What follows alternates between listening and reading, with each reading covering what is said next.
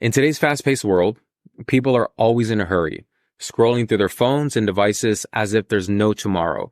And I'm no exception. I do the same thing. I mindlessly scroll my phone and I go extremely fast.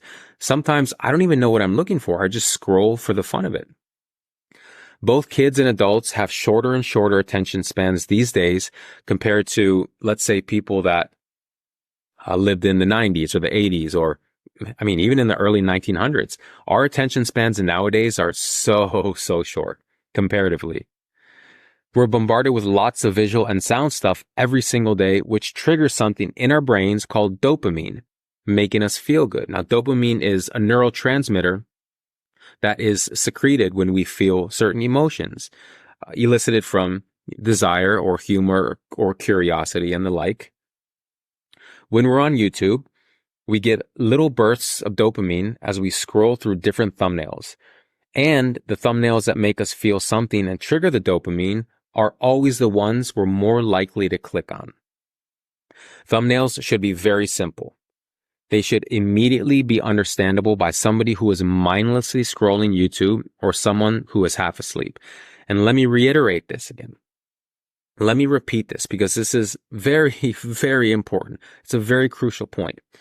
Thumbnails should be immediately understandable by someone who is mindlessly scrolling YouTube or someone who is half asleep, which means that while somebody is scrolling YouTube, their subconscious mind, which is the mind that runs behind the conscious mind, should be able to understand exactly what it's seeing on the screen.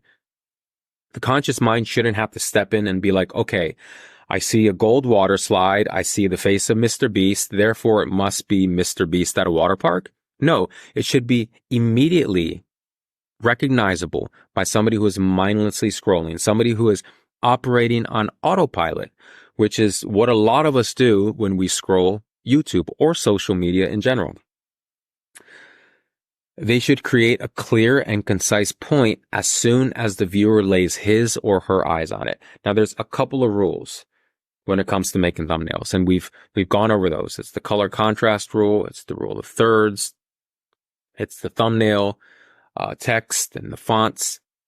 So thumbnails should have 4 to 5 items max. The reason this is important is because the subconscious mind cannot really pick up on 20 different things in the thumbnail view. It's easier for the human mind and brain to comprehend. So they should have bright, contrasting colors. There should be a clear message that's easily understandable, and they should have viral thumbnail fonts. Not only that, you should implement the rule of thirds and other methods that you've come up with and that you've developed through your own creativity. So keep it simple. Keep it very simple, but make it effective.